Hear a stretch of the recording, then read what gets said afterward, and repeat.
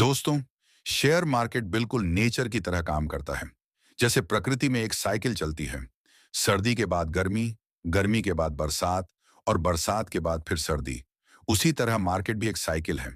जो ऊपर जाता है उसे नीचे आना ही पड़ता है और जो नीचे आता है उसे ऊपर जाना ही पड़ता है। अब बात करते हैं शॉर्ट टर्म की। शॉर्ट टर्म में मार्केट को सेंटीमेंट चलाता है। मान लो किसी देश ने दूसरे देश पर परमाणु हमला कर दिया, तो सबसे पहले क्या गिरता है? सेंटीमेंट।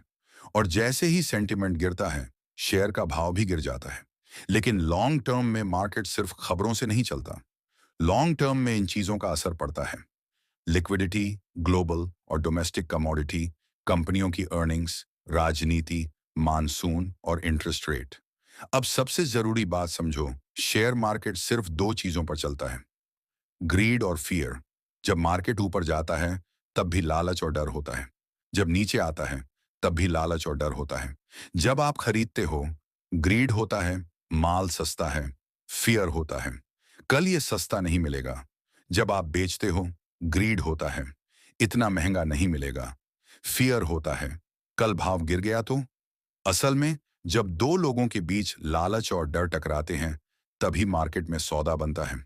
बिना लालच और बिना डर के शेयर मार्केट में कोई सौदा हो ही नहीं सकता। अब इसे एक आसान उदाहरण से समझो। मान लो किसी दुकान पर लिखा है 50% की छूट।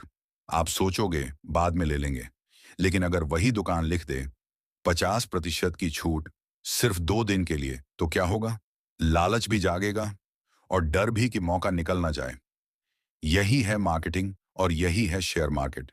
अगर सामने वाले के मन में ग्रीड और फियर दोनों नहीं जगे तो सौदा नहीं होगा। और दोस्तों, यही वजह है कि शेयर मार्केट हमेशा ह्यूमन साइकोलॉजी पर चलता है।